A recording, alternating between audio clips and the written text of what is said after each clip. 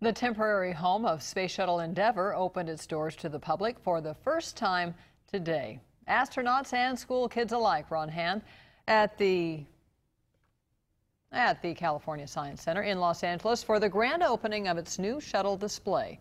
The shuttle will be the centerpiece of a special 18,000 square foot building until the museum builds a new air and space wing that should open in about 5 years.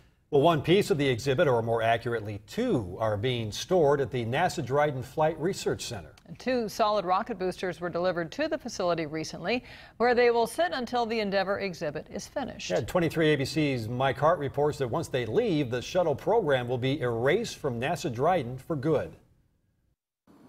It was 2 months ago, August 29th, that a convoy rolled across the dry lake bed at Edwards with a special delivery for the NASA Dryden Flight Research Center. Two solid rocket booster replicas destined for Los Angeles pulled off in Edwards for a 3 to 4 year pit stop.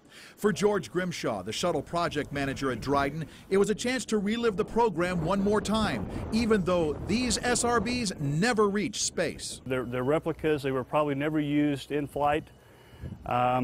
We think they might have been used in ground testing. But standing next to these replicas give you an appreciation of the task they were assigned. The booster rockets lifted the shuttle and its external tank to the edge of space 135 times before falling back to Earth.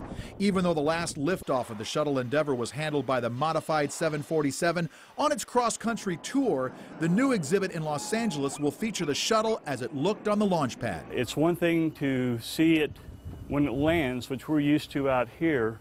You really don't get an idea of the enormity of the size of the whole space shuttle vehicle until you see one stacked.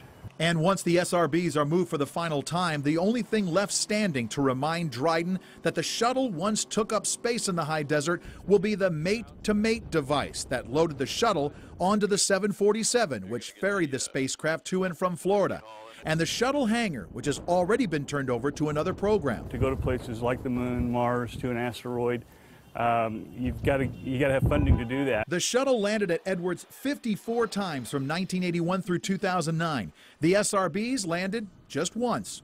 For NASA, this rocket gave it a boost in research and design that will fuel future development long after it becomes a footnote in history.